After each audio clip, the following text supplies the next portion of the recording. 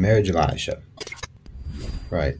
That's the favorite talking point, you know? It's like when all else fails in their arguments against Islam, they bring up child marriage, the marriage of Rasulullah to Aisha. It's like the last stone that you have to throw in your hand, the silver bullet. Your prophet married a child. Okay. With all of these types of comments and questions, and in this one, there's an incredible amount of deviousness going on here. When people ask this, I know what they're up to. And it also reveals the extent to which the Western culture has alienated people from basic understanding about being humans. So in the West, they constantly need to be told what's moral or immoral by means of laws and regulations. Even if those laws and regulations, change arbitrarily on a regular basis. And even though those laws, oddly enough, are being written by the least trusted people in the society. I mean, politicians, the politicians who make these laws are regularly regarded in polling by the public as the least trusted and least moral people in the society. But when they say something is illegal, you take it as a moral absolute.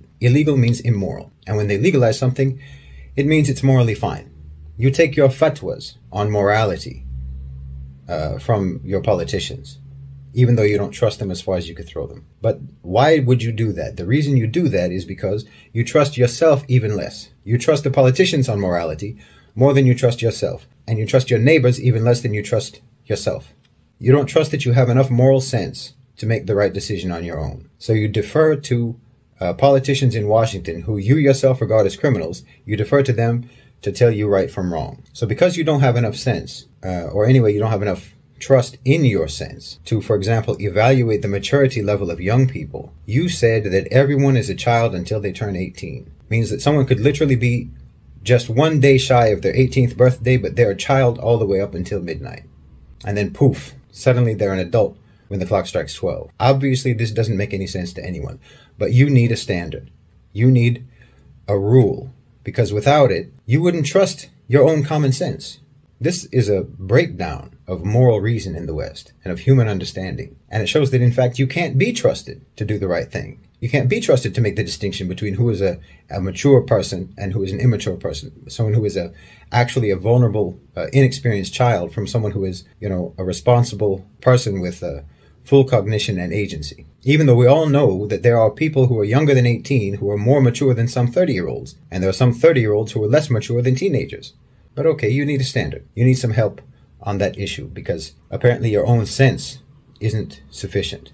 And apparently you can't be trusted to raise your own children right or to protect them properly from predators. And then because you legalized fornication, you decided that sex outside of marriage is moral now. Then you had to decide on a legal age of consent. And then you had to figure out what you're supposed to do when someone who's above the legal age of consent has sex with someone who's below the legal age of consent. And then you also had to figure out what to do when two people who are under the age of consent have sex with each other. Basically, you had to figure out all the rules for fornication. And of course, all of this is arbitrary. But throughout most of the West, none of that applies to marriage, because you still have child marriage throughout the Western world, the same as everywhere else. I mean, child marriage is legal in almost half of the states in America. In some states, you need parental consent, and in some states, there's not even a minimum age. It's the same in Europe. So you don't want adults and minors to fornicate with each other, but it's okay if they marry each other. That's your position.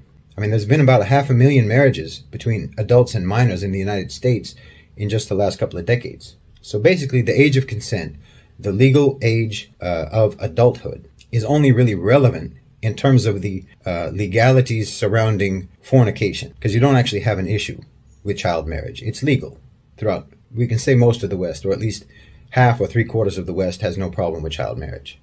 But we all know that you're much more interested in fornication than you're interested in marriage. So when you talk about the marriage of Rasulullah ﷺ to Aisha, you're looking at it from the sexual angle. Even though this was a marriage, and you have legal marriage in your societies between adults and minors, what you're looking for from us, this is what you're up to.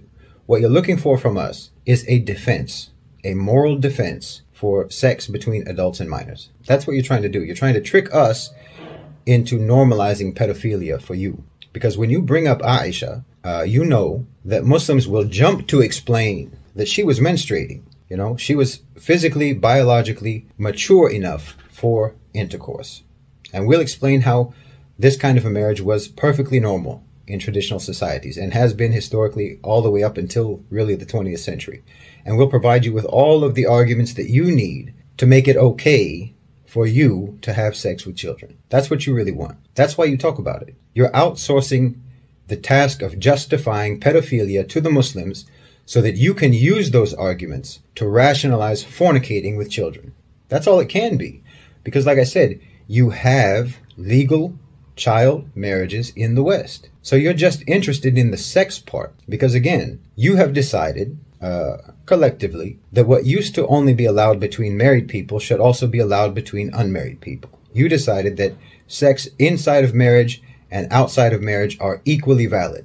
So now you want to apply that to sex between adults and minors, because it's obviously okay inside of a marriage by your own laws, most of Europe and most of the West. So it should also be okay outside of marriage. That's what you're up to.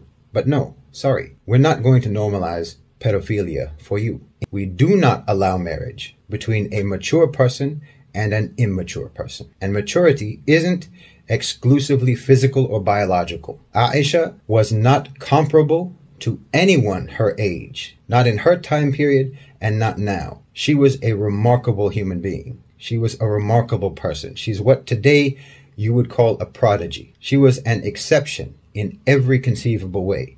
Strong, mature, gifted, with extraordinary character and wisdom. Like Maryam, the mother of Isa, alayhi salam. Mary, the mother of Jesus.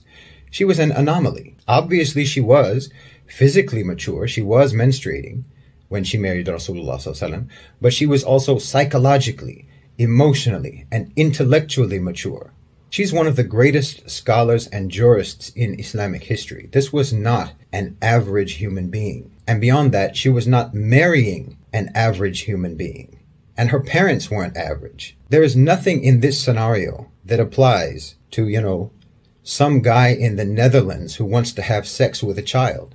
There's a complex architecture in Islam around marriage, and all of it has to be in place for it to be valid, in order for it to be approved. You can't just look at the age of Aisha and conclude from that, oh, it's okay, it's fine to marry a minor, much less it's okay to have sex with a minor outside of marriage. No. Contracting marriage in Islam is an elaborate procedure. It's like a math problem. You can't skip any steps and get the same outcome. Again, this is your problem in the West.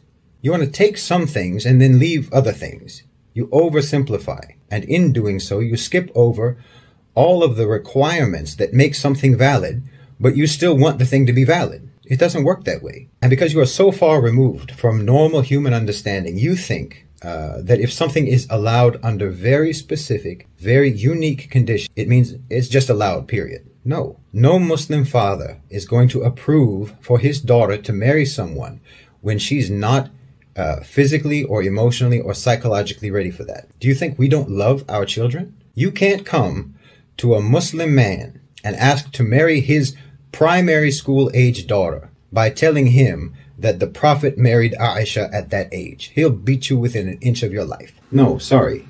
You can't use us to rationalize your kinks and fetishes and sexual deviance. We know that maturity levels vary among young people. It varies from culture to culture, from upbringing to upbringing, from family to family, and from individual to individual. And we don't force upon our understanding a fixed age that arbitrarily demarcates adulthood, because we have a whole moral, ethical, and legal architecture around marriage to ensure that everyone's rights are safeguarded.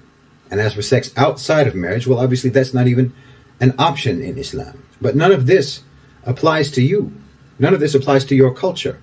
You don't have that architecture. You don't have those safeguards and protections. You don't have our system. And of course, you don't raise your children the way we do. I mean, a 9-year-old boy in Gaza is more of a man than a 25-year-old in America. You prolong adolescence to an absurd degree.